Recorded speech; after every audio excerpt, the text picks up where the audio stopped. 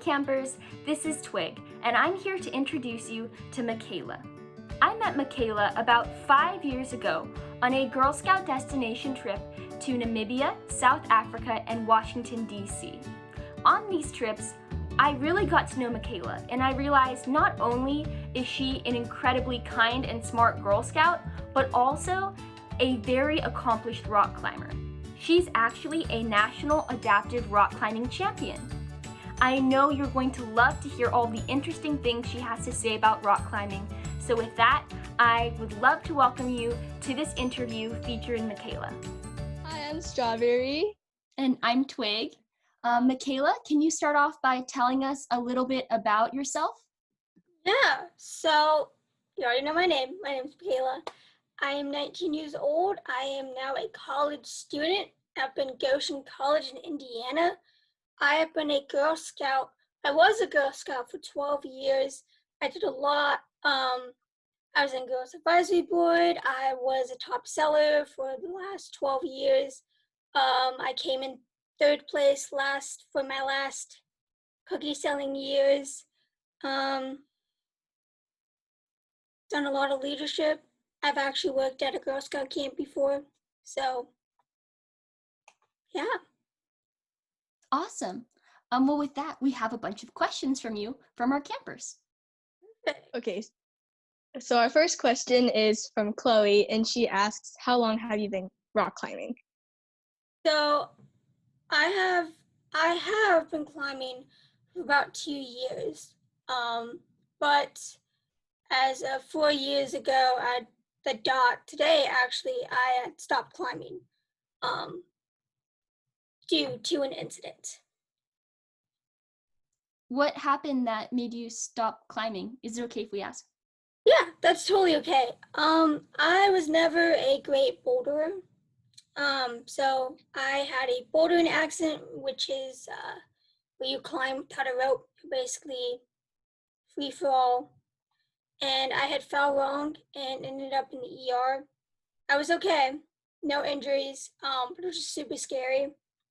I also had some issues with my teams during nationals, and it was just time to call it quits since I was, getting ready for high school and wanted to focus on school more. Awesome. Well, Do miss it though. Thanks for sharing that. We have a question from Kelly, who wants to know how you started your dream of rock climbing. So, I actually started it through Girl Scouts. It was one of the top cookie sellers. Of course, I was there, and I was on the USS Midway, and they had this speaker, and was Katrina, and she was a Paralympic skier. And from there, I decided to go up to her and explain that I was a kid with what is called cerebral palsy. And so that's when she had said, oh, well, I rock climb. I also have cerebral palsy. Maybe you should try it out. It'd be super cool for you. And tried it out. And 2 years later, that was my passion. And it was good. That's really cool. And we have another question from two campers, and they're Avery and Kara, and they ask, were you ever afraid when you started rock climbing, and how long did it take to build up all the courage to do it?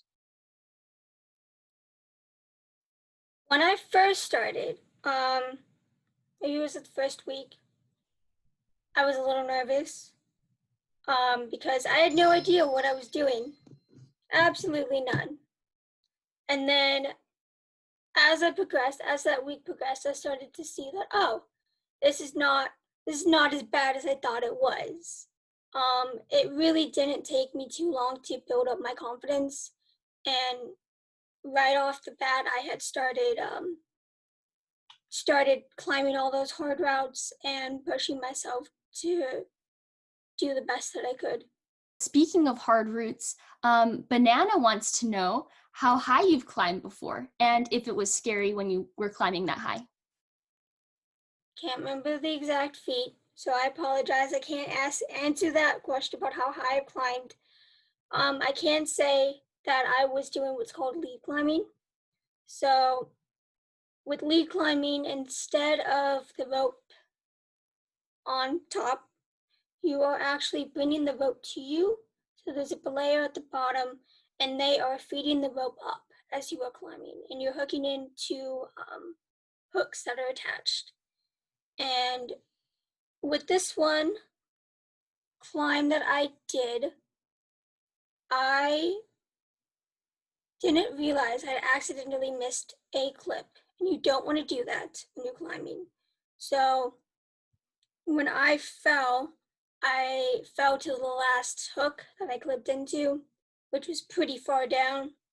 So that was honestly probably the most scariest time, because I didn't realize that that was the last hook that I had did. So I had felt pretty much like I was on the very top, and I had fell all the way down to the middle. So that was probably my scariest moment, but I was totally okay.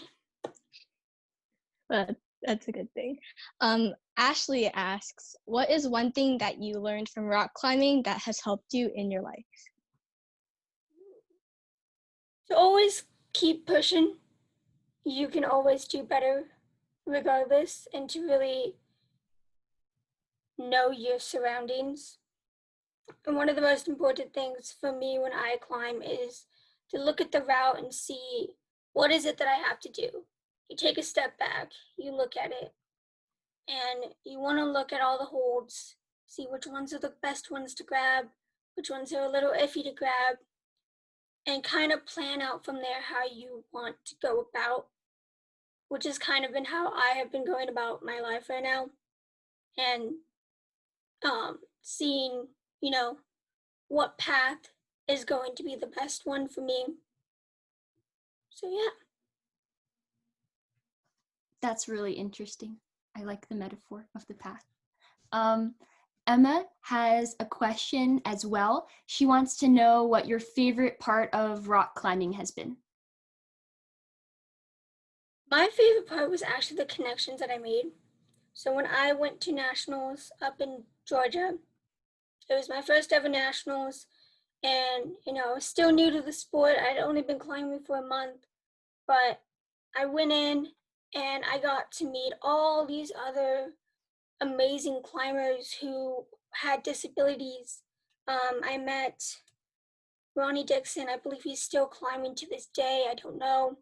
He is a amputee. He's missing his left leg, I think.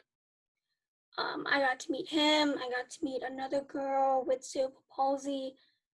So for me, it wasn't necessarily more about the climbing. Yes, I love to climb. That will always be my favorite thing. But it was the connections that I made with the climbing that just had the biggest impact. That's so cool. Our final question comes from Bailey, and she asks, how did you get so good at rock climbing? I say the same thing that I say with my major. Practice makes perfect. And if you don't use it, you lose it. And I was basically climbing every weekend, Saturday, same time, at night, every single week. And I worked on it. I would work on the routes that I knew the best, worked on the ones that I knew I could get through without falling. And I would go through and look at the ones that, okay, I have fallen at this specific spot. Why? And from there, figure out, why do I keep doing it? Figure out a different strategy, and then go from there. Awesome. That's great. And I feel like that's also very good advice for everyone who's watching this video in terms of like strategies and thinking about paths. So thank you so much for answering our campers' questions, Makayla. We know they've been super excited to hear from you, so we all really appreciate that you shared your time with us. So glad I was able to do this.